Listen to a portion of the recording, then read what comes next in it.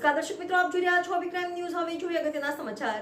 ઉપલેટા શહેર અને તાલુકાઓમાં ભારે મેઘખાંગા। ઉપલેટાના અનેક વિસ્તારોમાં વરસાદની પાણી ઘરોમાં ઘૂસ્યા। ઉપલેટા શહેર અને તાલુકામાં ભારે મેઘખાંગા। ઉપલેટાના અનેક વિસ્તારોમાં વરસાદના પાણી ઘરોમાં ઘૂસ્યા। રાજકોટ જિલ્લાના ઉપલેટા તાલુકામાં 5 દિવસથી સતત અનરાધાર વરસાદ વરસી રહ્યો છે।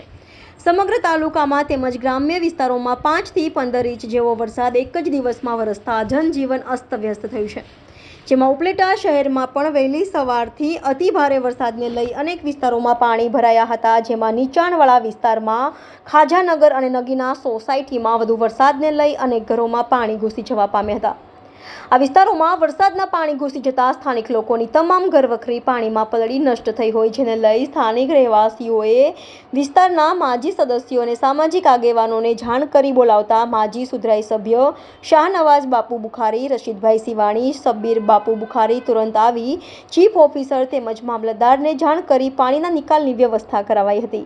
રિપોર્ટર ઇમરાન સરવદી સાથે cameraman Bhavesh Gohil, Abhi crime news, Upleta. મારું નામ આરીફભાઈ ઓસમાણભાઈ ગાચી, વિસ્તાર અમારો ખાજાનગર, અને આજે તારીખ 22/7/24ના રોજ સવારથી 6:45 વાગ્યાથી લગાવી અને 11:30 સુધી અમારો જે વિસ્તાર છે એ નીચાણવાળા વિસ્તારની અંદર ખૂબ જ પાણી ભરાઈ ગયા હતા।